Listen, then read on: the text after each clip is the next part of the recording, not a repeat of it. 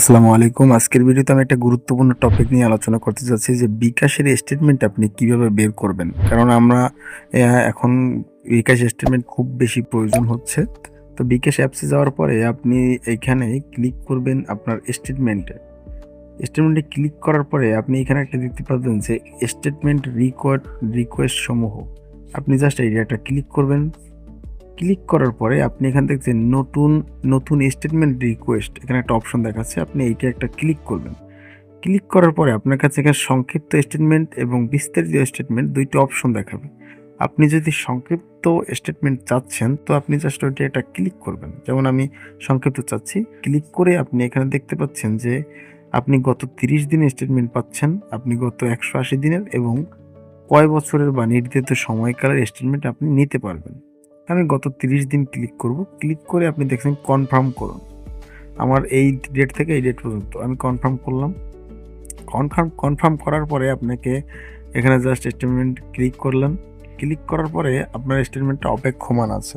কিছুক্ষণের মধ্যে আমার স্টেটমেন্টটা কিন্তু রেডি হয়ে যাবে। এর জন্য আপনাকে অবশ্যই বিকাশের কোনো কাস্টমার কেয়ার অফিসে যেতে হবে না। আমাকে এখানে মেসেজ চলে আসে যে আমার স্টেটমেন্টটি কিন্তু রেডি হয়ে গেছে। তো আমি জাস্ট ক্লিক করলাম এবং ডাউনলোড করলাম। আপনি এখানে ডাউনলোড অপশন দেখতে পাচ্ছেন। ডাউনলোড অপশনে ক্লিক করবেন। ক্লিক করার পরে আপনি ডাউনলোড করবেন। ডাউনলোড করার পরে এই আসল সমস্যা, যেমন এইখানে একটা পাসওয়ার্ড চাচ্ছে। এইখানে পাসওয়ার্ডটা হচ্ছে আপনি যেই বিকাশ অ্যাকাউন্টের স্টেটমেন্টটা নামাচ্ছেন, আপনার সেই বিকাশ অ্যাকাউন্টের নাম্বারটাই হচ্ছে এইখানের পাসওয়ার্ড। সো আমি আমার এখানে আমার যে বিকাশ অ্যাকাউন্টটা আমি ওইটা লিখে জাস্ট ওপেন করলাম। ওপেন করার পরে দেখতে পাচ্ছেন যে আমি এই মাসে যেই লেনদেন করেছি সম্পূর্ণ বিকাশ স্টেটমেন্টটা আমার এখানে চলে এসছে।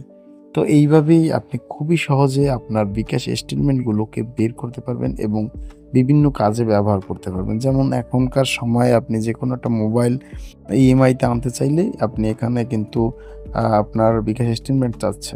তো আপনি চাইলে এইটা যেকোনো একটা কম্পিউটার দোকান থেকে প্রিন্ট করে নিতে পারেন। তো এইভাবেই খুবই সহজে আপনি বিকাশের স্টেটমেন্ট বের করতে পারেন।